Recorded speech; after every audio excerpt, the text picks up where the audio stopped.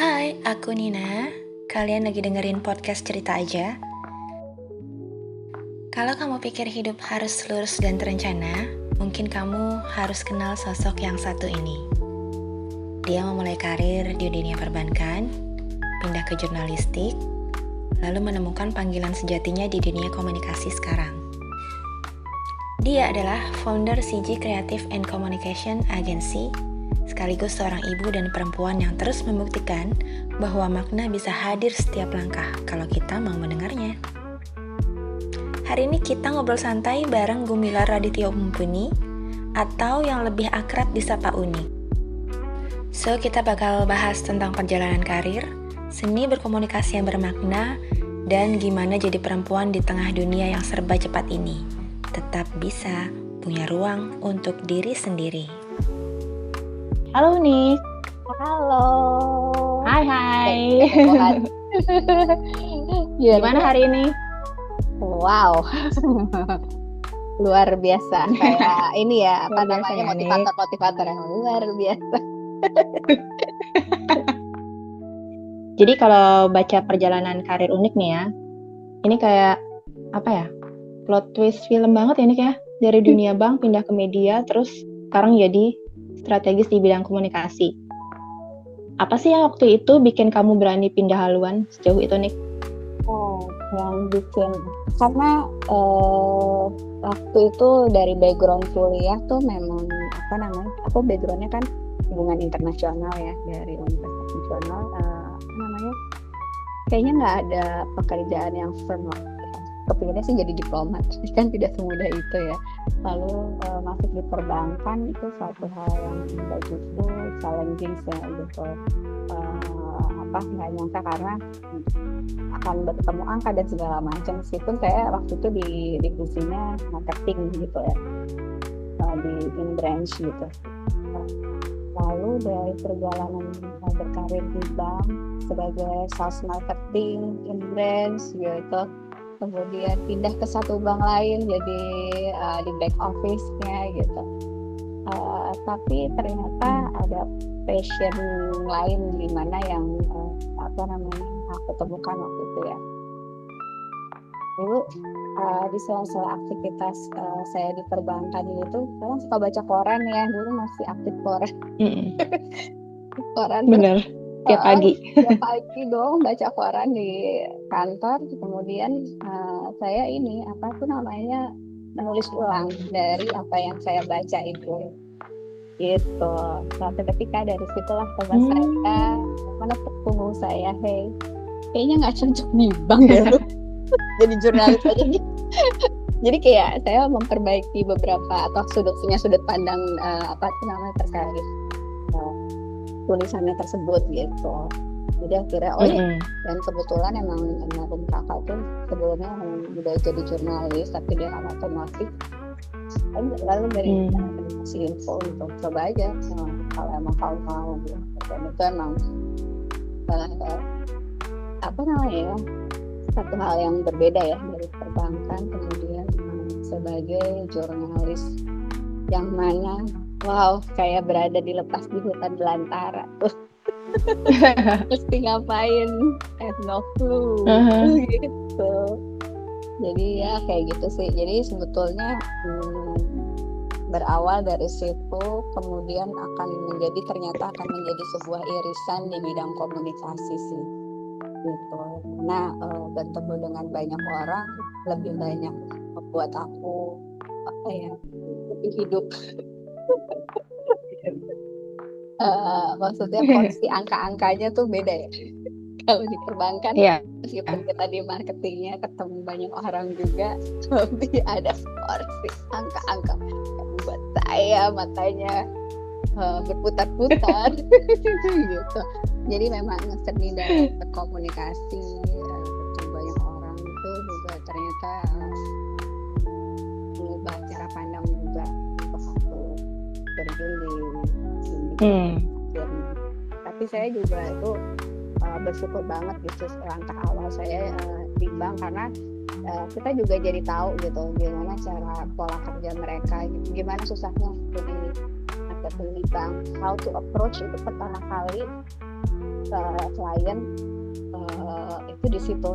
Dan ternyata itu jadi bekal saya juga ketika nantinya, nggak nyangka ya berapa tahun kemudian di agency gitu. Nah caranya mengapproach klien yang tadinya biasa aja nih terkait produk ini, akhirnya sampai closing kayak gimana gitu. Terus gimana rasanya nih waktu akhirnya tuh bilang ke diri sendiri tuh mau mulai dari nol lagi?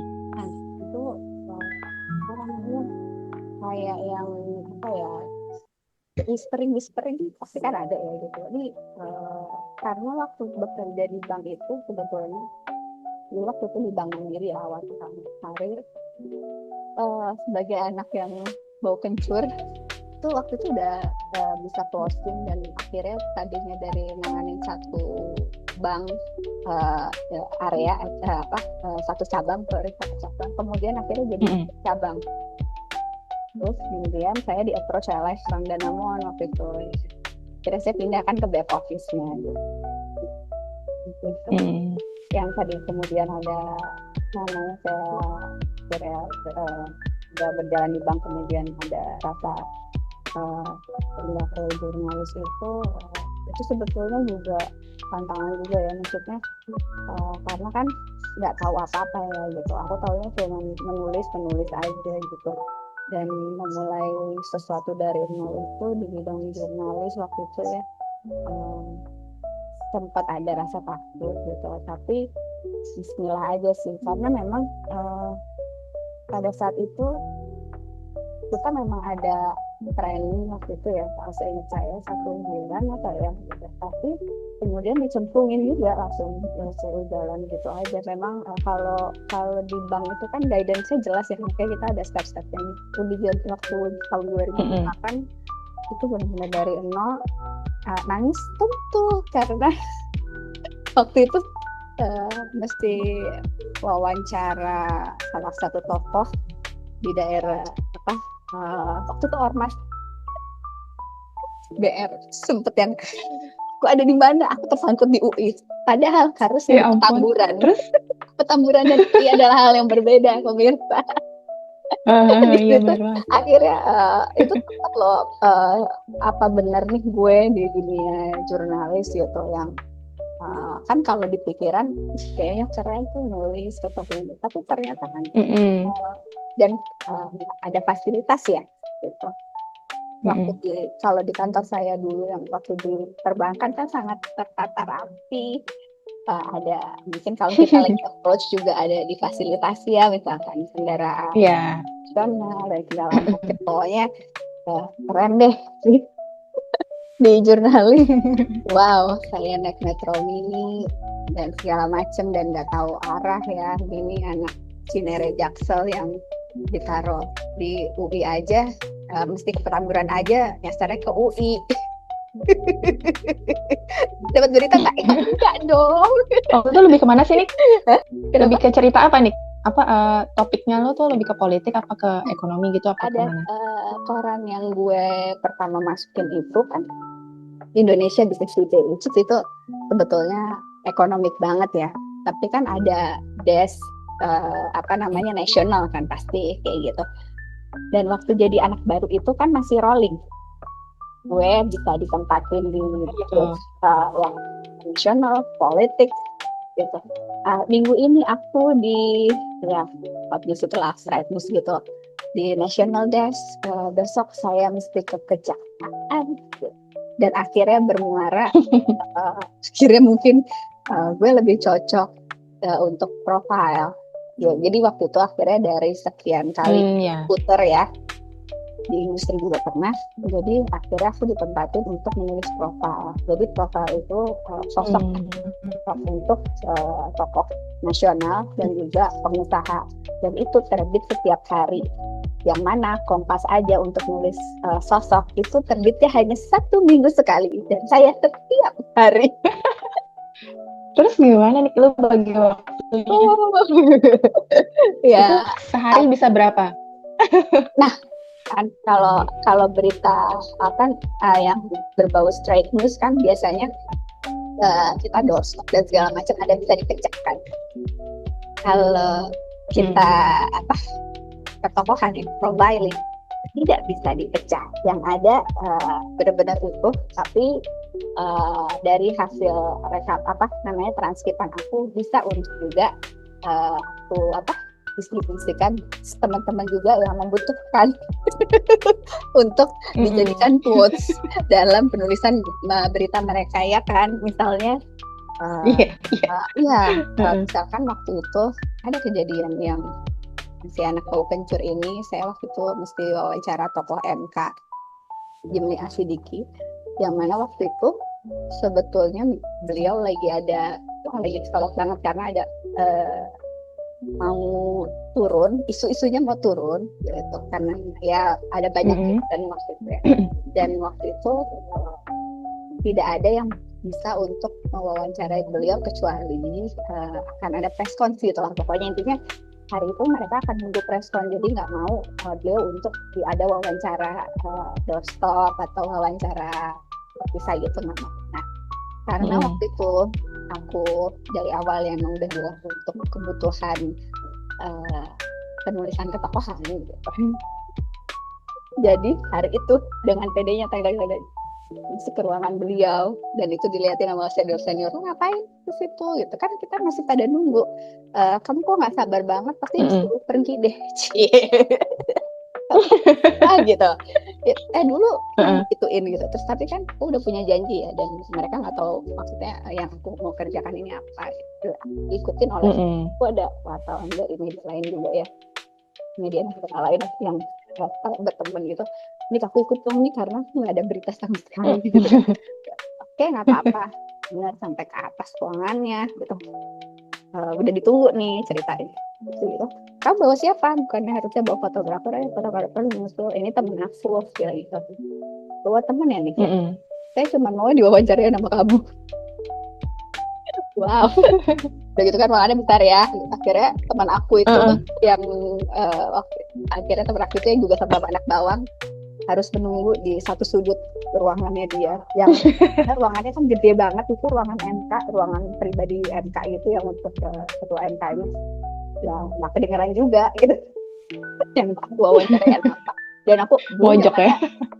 Dan dulu kan bukan zaman bukan zaman WhatsApp ya, zamannya SMS. Jadi ada beberapa pertanyaan dari redaktur tuh yang coba sisipin pertanyaan ini gitu. Tapi ya namanya juga Pak Ketua MK itu Pak Jimli juga baik hati dan juga akhirnya memaklumi. Tapi dia tetap tidak gentar. Tidak ada pertanyaan lain ya, Dik ya. Kayaknya aku tahu kamu ada titipan dari redaktur. Iya ya. Ya, dinamika itu pasti ada, dan ya kalau mau dibilang akhirnya sempat bisa yakin untuk di situ ya. Kalau nggak dicoba ya nggak yakin gitu.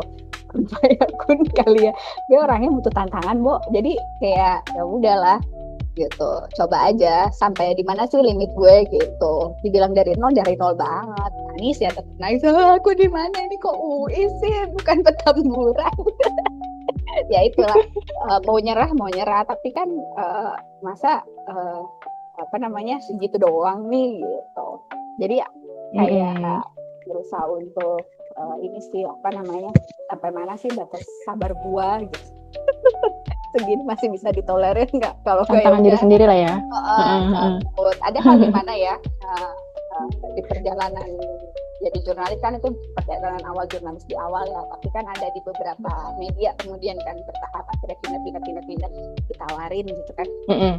Ada suatu sempat ditawarin di media yang agak berbau beririsan dengan pemerintah lah waktu itu gitu, tapi akhirnya cuman seminggu kan, karena memang nggak cocok. Cepet banget. Iya, karena nggak ini nggak sesuai dengan visi misi. Cila, mantap. Itu gimana, dari lo yang nolak atau lo bilang gimana? Sebetulnya kan awalnya kan udah jalan nih, udah oke, udah deal ya segala macam. Di tengah jalan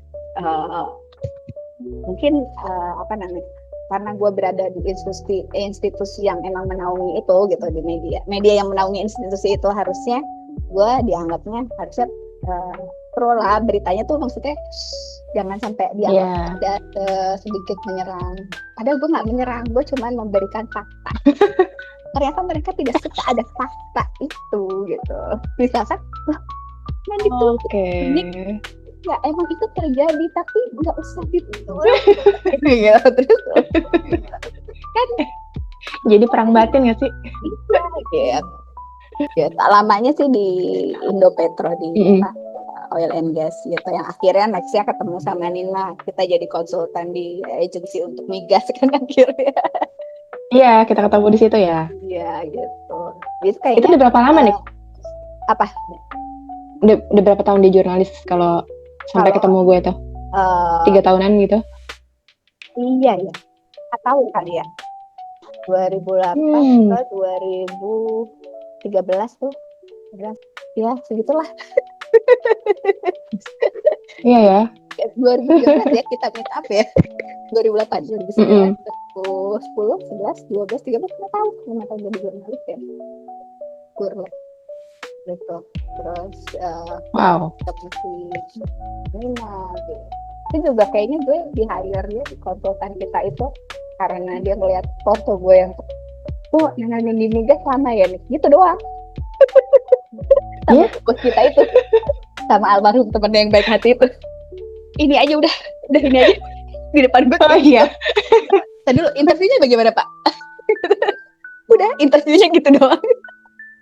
Ya ampun, enak banget ya.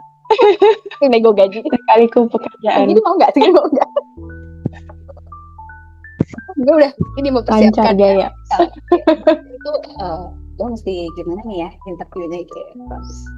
Terus dari jurnalis itu pasti banyak insight tentang manusia berkomunikasi. Nah, apa pelajaran paling berharga dari masa itu yang masalah kamu bawa sampai sekarang tuh? Pelajaran yang paling berharga adalah mau mendengar ya. Salah satunya gitu. Karena ya, dan nggak bisa pakai persepsi kita semua. Gitu, harus bisa menerima cover both side ya, kalau di dunia jurnalis kan juga. Iya betul. Ketemu banyak orang di beberapa lapisan, tapi kebetulan aku memang karena ketokohan ya, jadi kebanyakan pengusaha atau tokoh nasional. Beliau banyak diinspirasi dan akhirnya jadi bisa berkarir di industri komunikasi juga gitu. Mendorong aku juga untuk yang mau mencoba gitu ya. Wejangan dari mereka tuh akhirnya pada saat itu setiap kali aku berdialog dengan mereka untuk berdiskusi untuk jadi narasumber aku gitu, pada akhirnya gue berasa kayak diujang ngomong gitu. Jadi begini gitu. Lebih banyak mendengar, menganalisa gitu, berkomunikasi yang baik itu seperti apa sih kayak gitu, secara tidak langsung ya gitu. Karena pada dasarnya manusia itu sama aja sih, kalau di mata orang-orang kan kelihatannya dia seperti apa gitu, sebetulnya kita semua kan sama gitu. Dan tandanya kalau kita mendengar, lebih banyak mendengar sebelum bicara gitu, mungkin kedamaian bakalan tercipta sih gitu. Tentunya ada logika juga yang digunakan ya kayak gitu. Ternyata mereka tuh juga dalam mengambil keputusan tuh nggak sekonyong-konyong juga gitu. Meskipun banyak intrik-intrik juga ya, namanya berorganisasi dalam pemerintahan gitu, apapun dalam kami mereka, organisasi mereka. Tapi ya itu sih banyak hal yang memang pelajarin Pak saat jadi jurnalis itu, banyak mendengar dan menganalisa setiap permasalahan yang ada secara clear gitu. Coba cari fakta, datanya menjadi apa gitu. Jadi itu ngebawa juga ketika saya di agensi ya. Jadi setiap kali mau memaparkan sesuatu, kita juga cari sumber-sumber data-data yang memang akurat, yang akhirnya klien juga satisfied gitu. Oke, sekarang kan Unik mendirikan CG Creative and Communication Agency ya? Iya. Nama CG itu menarik banget loh, itu kenapa ya? Artinya apa gitu? Aku jadi penasaran. Boleh cerita? Sebetulnya Siji kan nama anak aku ya dari Sada Jiwa. Mm-mm.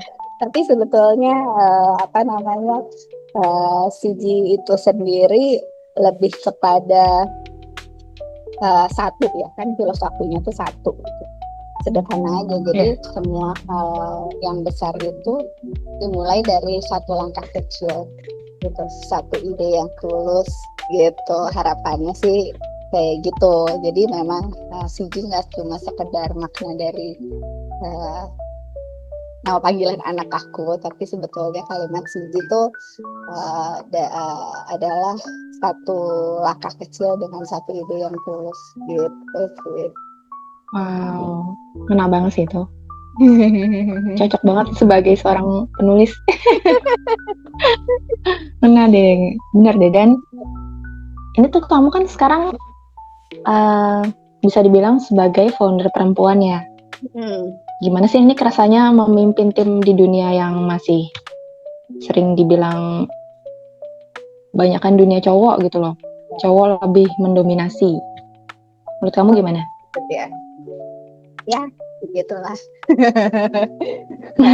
Jadi memang apa namanya di setiap sebelum aku di apa bikin agensi ini gitu kan, memang juga bekerja dan punya tim juga gitu, yang dimana terakhir kali aku jadi GM di sebuah agensi juga gitu. Jadi apa namanya, tentu ada hal yang dimana meskipun pada saat itu CEO aku perempuan juga gitu ya, tapi dari di sekitar kita sendiri pasti kan ada juga yang dimana kenapa nggak gue aja toh gitulah segala macam gitu. Karena mungkin kalau yang aku lihat ketika aku dipercaya menjabat sesuatu gitu, dan sekarang akhirnya punya apa namanya perusahaan sendiri gitu, sebetulnya sih aku nggak ingin ada apa namanya gesekan antara perempuan dan laki ya gitu. Meskipun kita bekerja di dunia banyak laki-laki ini gitu, ya berupaya aja bahwa perempuan bisa kok punya banyak ide gitu. Apalagi kita di industri kreatif ya kayak gitu, perempuan bisa kok memimpin gitu, karena basicnya kan kita sama-sama mau belajar ya gitu. Perempuan bisa kok bekerja di bidang migas. Dulu kebetulan aku jurnalis migas ya? Dan banyak meskipun porsi perempuan di migas itu juga sedikit, tapi ketika ada orang yang bekerja di migas, orang perempuan gitu, dan apa namanya terjun ke lapangan, itu hal yang menarik sih, serkandi lah istilahnya ya gitu. Dan nggak ada salahnya sih perempuan bisa melakukan banyak hal. Cewek itu kan kadang suka terbatas ya, apalagi kita kalau lagi ada aktivasi yang ngangkut. Yes, makanya maksudnya tapi ini ya maksudnya gue juga pernah kok di kondisi bikin backdrop yang gede. Stinggot dan tetap minta bantuan juga iya karena terlalu banyak, tapi itu hanya contoh kecil. Tapi maksudnya kalau ketika harus bikin bisa juga kok gitu, karena bisa belajar juga kok gitu. Sekarang apalagi tantangannya juga besar kan gitu. Jadi jangan takut untuk apa namanya berada di lingkungan yang mungkin male dominated gitu. Kita bisa kok, kita punya uniqueness juga kok. Iya betul. Kita punya selling point juga kok untuk bisa bersaing secara sehat gitu. Ini agak mundur dikit ya. Tadi kenapa dari jurnalis ke komunikasi agensi akhirnya? Keberanian apa yang unik punya gitu loh? Mulai masuk ke agensi itu karena awalnya kan kita apa namanya pas beririsan gitu loh, kayak bikin rilis kayak gitu kan ya awalnya. Di pikirannya tuh seperti itu. Kita nggak cuma sekedar bikin rilis loh gitu, Jadi iya, dulu kan kepikirannya tuh di agensi ya bikin rilis lah gitu kan, undang media lah gitu, karena kan masih punya banyak relasi media ya gitu. Ya. Jadi kayaknya ada strength point untuk bisa masuk sebagai konsultan communication waktu itu kayak gitu. Ya memang itu salah satu strength-nya ya untuk bisa masuk gitu. Tapi ternyata memang banyak hal juga yang mungkin nggak aku dapat ketika jadi jurnalis ya. Kalau jadi jurnalis kita semua tuh udah disiapkan. Ketika kita menjadi konsultan komunikasi, kita yang menyiapkan untuk jurnalis itu gitu kan. Dari mulai bikin backgrounders, segala macam ya, kayak gitu untuk kita rilis, dari mulai untuk media, nge-treat jurnalis, nge-treat klien juga gitu. Ataupun ternyata nggak sesimpel itu juga, objektifnya juga ada proposal yang mesti kita buat dari acara ini seperti apa sih sehingga menarik, sehingga ada value yang mana jurnalis mau meliput misalkan, dan juga ada cerita yang bisa brand bisa sampaikan sehingga bisa di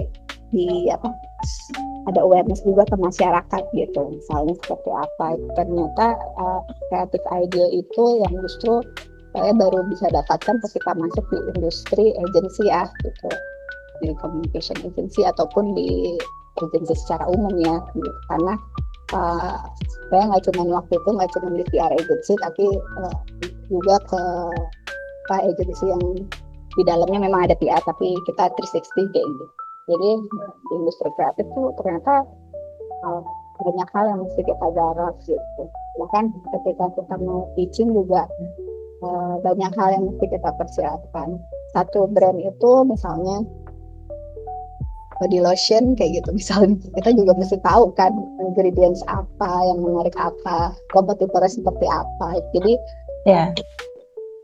sesuai analisis SWOT-nya juga mesti jalan kayak gitu sih. Dan ternyata itu satu tantangan dan hal baru yang aku harus jalanin gitu.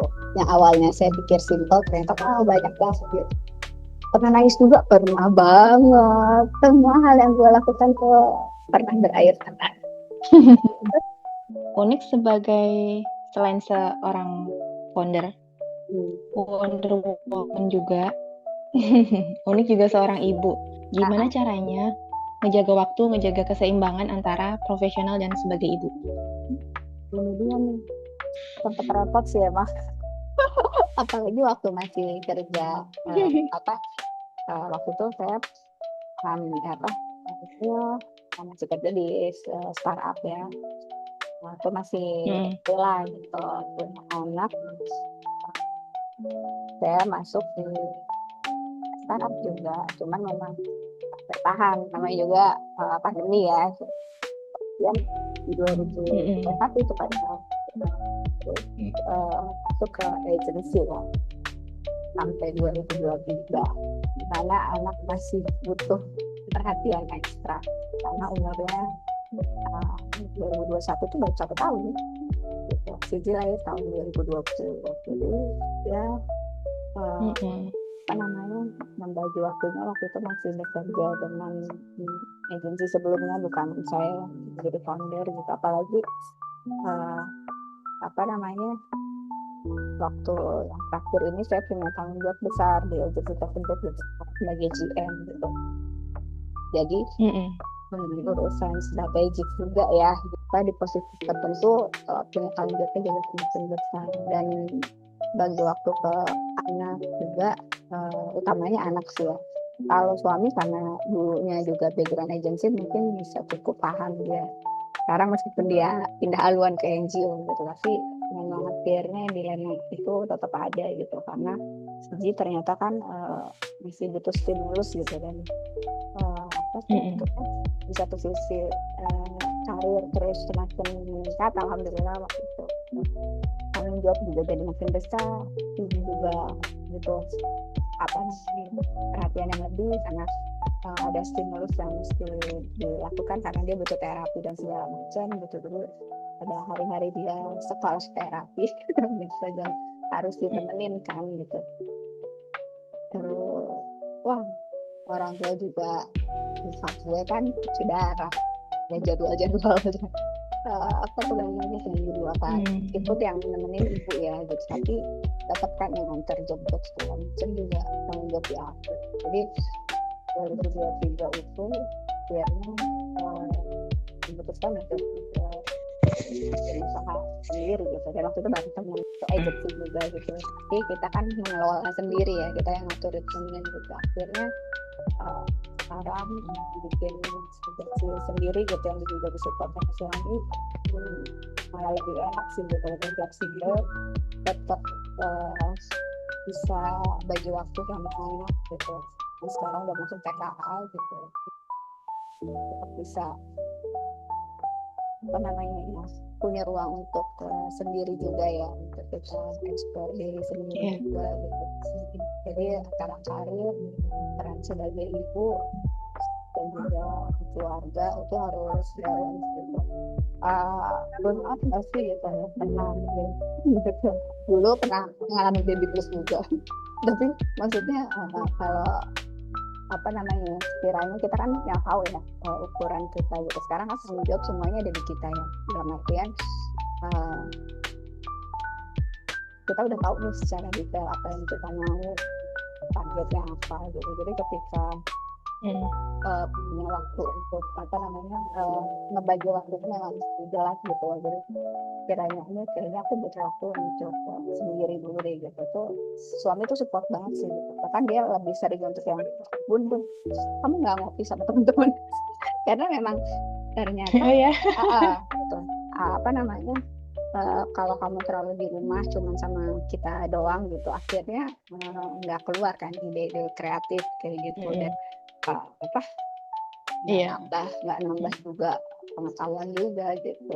Tetap bukan berarti menomorduakan keluarga tuh enggak gitu, satu keluarga, tapi kasih waktu juga untuk diri sendiri juga. Itu sih alhamdulillahnya support suami kayak gitu. Jadi apa namanya, isu tuh kalau aku lagi mau sendiri mau keluar kayak gitu, meskipun tetap kepikiran ya nggak jauh-jauh juga sih keluarnya, harus sekarang sih pasti kayak gitu. Tapi kalaupun belok dikit gitu ya, nggak pernah terlalu jauh. Tapi kalaupun ada acara dan keluar kota pun, waktu itu pernah ke Labuan Bajo sampai hampir seminggu ya kayak gitu. Itu juga apa sih namanya, tetap juga bisa komunikasi yang bagus juga sih sama anak gitu. Dan kan kepikirannya anak nanti kerja terus datang enggak juga sih. Jadi emang ketika kita di luar tuh jangan terlalu mikirin banget anak, jadi fokus aja ke kerjaan. Nanti ketika udah selesai kerjaan baru boleh pikiran, karena kan connecting ya kita, karena kan kita anak kita tuh kan di perut kita selama 9 bulan itu kan kayaknya udah menyatu banget. Jadi kalau kita terlalu overthinking akhirnya di anak juga nggak bagus gitu. Jadi ketika udah di luar, kasih waktu aja, kasih waktu drain lu untuk diri lo sendiri aja gitu sih. Gitu. Kalau dulu kan kita tuh ini ya, apa sih ke Galeri Nasional ya. Sekarang nggak ke Galeri Nasional, udah nggak ada Nina lagi. Udah jarang juga ke apa. Dulu kan gue hobi banget foto tuh, nggak tahu tuh. Gue analog banget tuh dulu. Gitu. Dan apa namanya? Sekarang masih nggak? Apa udah nggak? Masih ada, cuman udah enggak.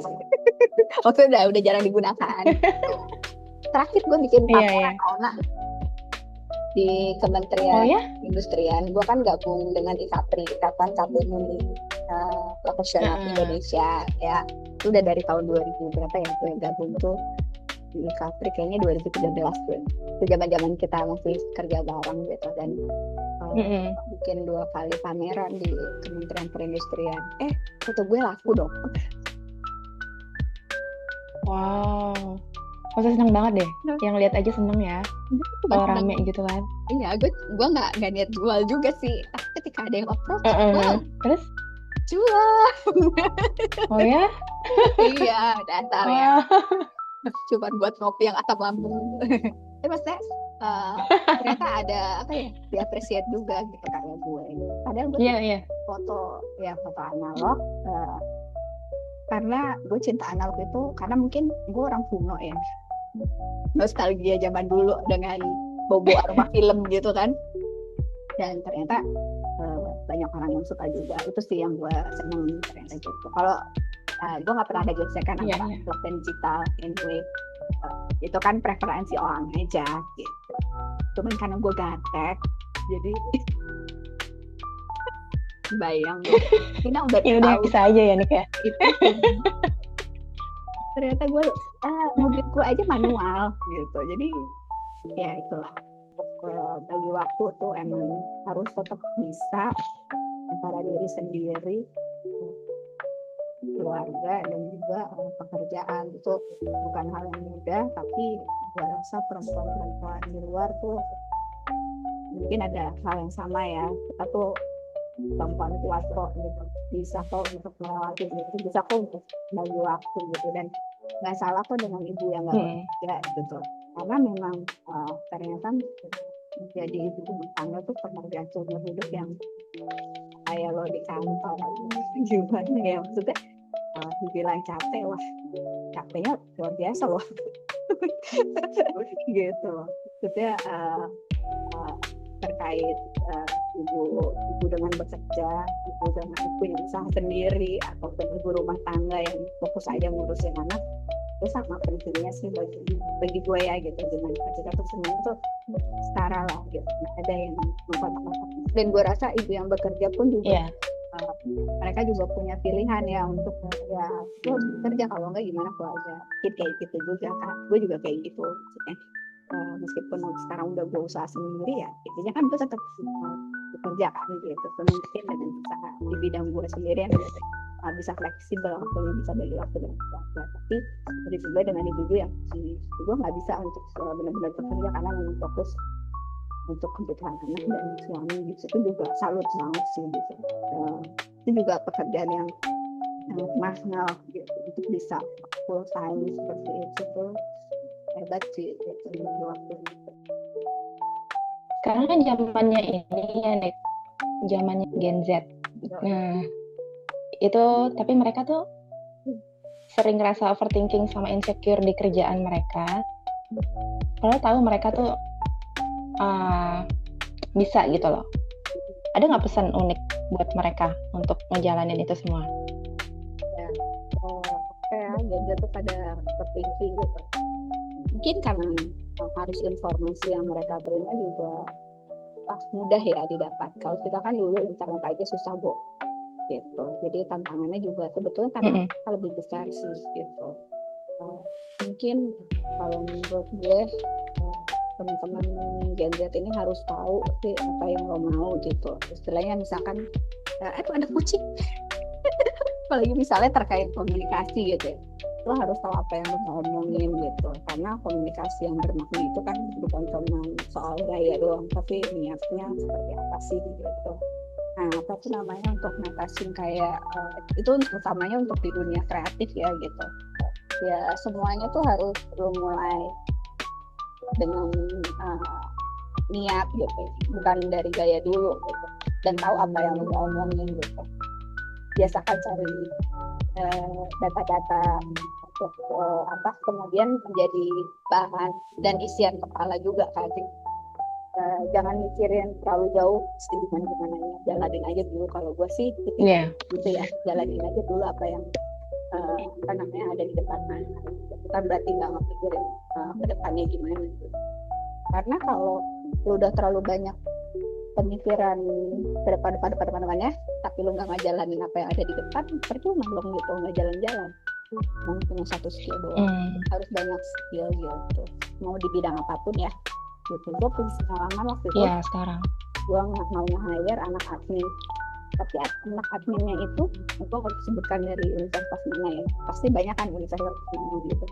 Yang gue cari bukan dari universitas ternama atau dari IPK gitu, tapi justru lo punya skill lain apa nih gitu.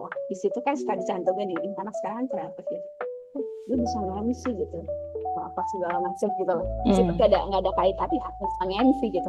Loh, gue apa gitu? Iya Bu, soalnya Aku senang aja bisa ngobrol sama banyak orang, terus suka dipercaya tuh untuk MC-MC di rumah aku kalau lagi ada 17-an kayak gitu-gitu. Oh gitu. Maksudnya it's a point plus loh gitu. Nggak cuma lo berkutat di dunia angka doang kan. Iya. Tapi bisa kok punya kemampuan lain gitu. Itu life skill lo gitu. Jadi kalau menurut gue anak sekarang tuh Gen Z terbanyak life skill lo gitu. Nggak cuma di bidang yang lo tekunin sekarang ini, misalkan lo anak HI ini hubungan internasional atau anak komunikasi, tapi cuma yang komunikasinya aja. Komunikasi nggak salah kok. Itu lo juga mengetahui tentang hitung-hitungan angka ya.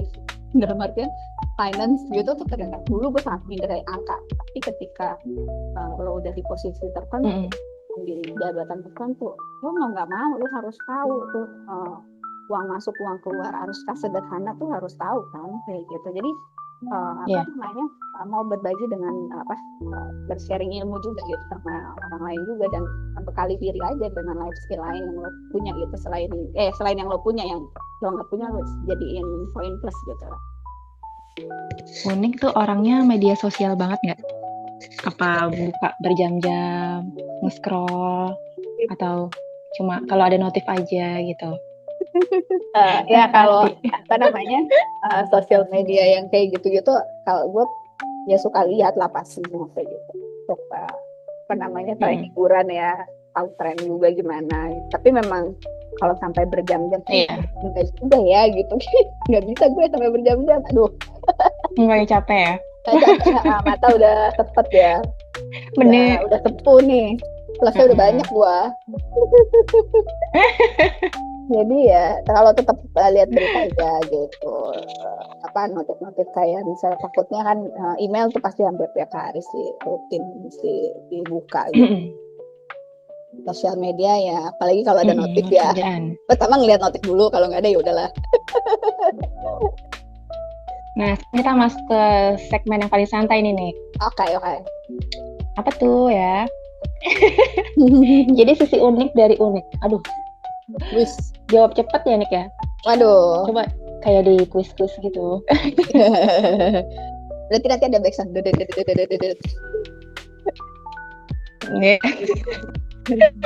Oke, siap. Jadi hari ideal versi unik dimulai dengan apa nih? Dengan bismillah. Biar kayak motivator. Dan keyakinan ya. Keyakinan yang kuat. Kayaknya nih yang pertanyaan kedua kayaknya udah tahu deh. Apa? Kopi apa teh, Nik? Menurut lo apa? Kopi apa teh? Kopi lah. Iya nggak sih? Iya, ada benernya. Kayak setiap saat di kerjaan. Diketahui bahwa saya kan sekarang punya GERD ya, jantung berdebar mulu nih. Jadi sebetulnya bukan kopi atau teh, karbo. Oh gitu ya. Kemudian kopi atau teh. Gue baru bisa lebih ke karbo dulu kalau ada karbo dulu. Nggak bisa kayak dulu. Americano, single shoot, double. Iya. Terus kenapa? Nik pasti pernah nggak ada ide ya, buntu idenya tuh. Terus lu ngapain, Nik? Kalau nggak ada ide, pas lagi buntu ide tuh lu ngapain? Chill. Santai banget emang hidupnya ya. Angkat cangkir. Ya dulu tuh saya nge-treat teman-teman tuh nggak pernah untuk force ketika cari ide itu, karena emang nggak gampang ya. Ada yang ini nggak apa-apa ya, kita bicara agak sedikit ya gitulah 17 plus. Jadi misalnya enggak, gue gue minum dulu ya gitu. Bukan air putih ya, misalnya gitu. Ya biasa kan anaknya gitu. Oh ya udah nggak apa-apa, tapi ntar lu get back ya di jam segini misalnya kayak gitu. Atau kalau gue nyanyi, kalau gue kan udah ini ya syari ya, enggak ya. Jadi kita ada ruang karaoke gitu, ya nyanyi dulu gitu. Jadi gue ngajak tim gue biasa nyanyi gitu. Terus kalau mau chill dulu juga nggak apa-apa, kadang chill juga ya gitu. Oh ya? Yeah. Wow. Yalah. Seneng pasti. Balik-balik langsung seger kan? Penuh ide. Iya nggak sih? Kalau dulu kan sama Nina ngelihat lukisan dulu ya. ke sebelah ya, gedung Ya, sebelah. lah gitu. Deket banget. Cuman ngeliatin, terus tiba-tiba ada gempa. Gue inget banget deh. Loh. Kayak gue pusing, ini gempa, nak. Nih, kalau bukan di dunia komunikasi, lu jadi apa nih? Gue kayaknya jadi tukang donat kali ya. Ya ampun. Gitu, waktu itu ada Jadi tuh di inget Facebook itu ya, ya. zaman-zaman Facebook ya, Nek, gitu. Apa pekerjaan lo 10 tahun ke depan, terus gue muncul tukang donat yang sesuai dengan karakter gue. Sialan. Gak bisa bikin donat, gue cuma bisa makan. Gitu deh. Terus kalau karaokean seringnya lagu apa nih? Macam-macam nih. Kalau karaokean Coba itu apa? sama Nina nih, apalagi di saat patah hati. Iya Lagunya ya, kan itu apa mulu tuh? ya, Sabda Rindu mulu ya, Sabda Rindu ya. By Oh, Glenn iya. Fredly ya. Lu pasti inget kan? Gimana? Lagi Sabda Ingat-ingat banget Rindu. Aduh. cerita itu ya Ya ampun, ampun. cerita itu lo tahu kan gimana? Gue udah jauh-jauh ke pulau itu.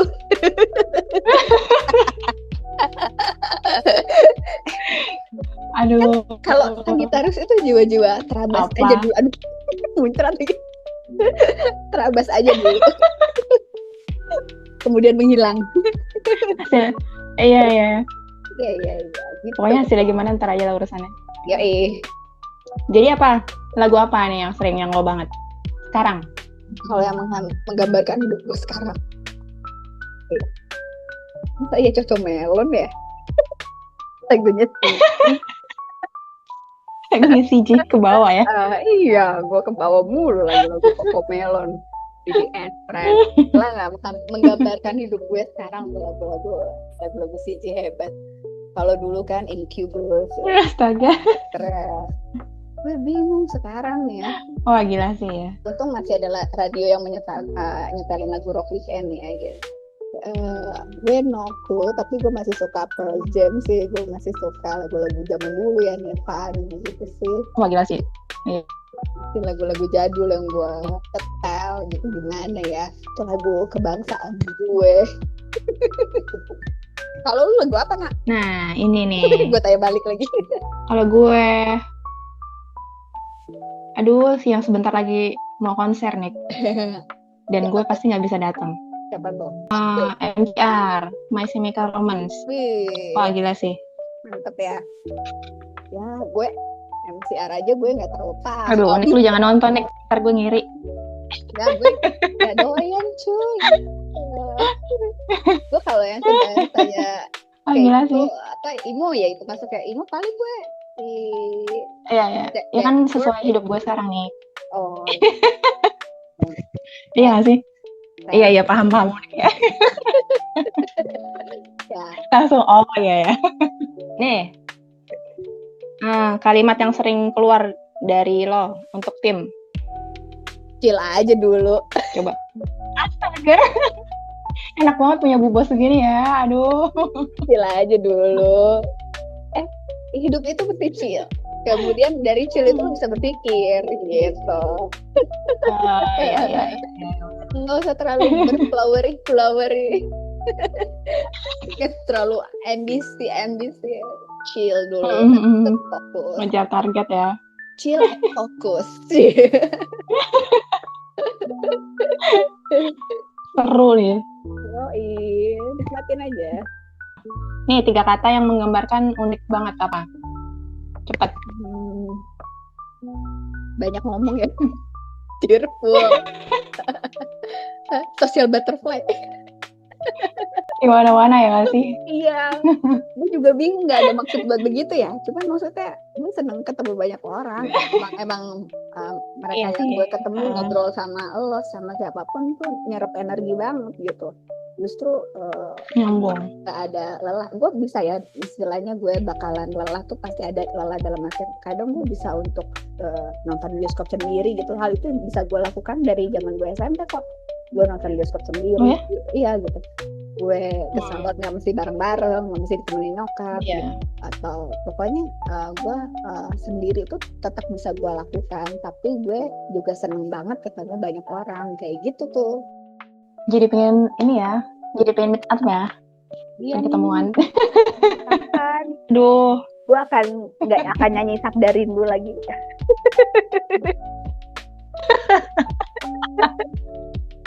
udah kenyang ya. Udah kenyang tuh lagu. Elah, apaan sih? Iya. Tutup buku. Ya, gitu. Gak kerasa banget udah sejam nih. Sebenarnya pengen lebih banyak. Mungkin kita nanti ketemu di lain episode ya. Cerita-cerita yang lain, oke? Oke. Dari ruang bank ke ruang redaksi, lalu ke ruang strategi.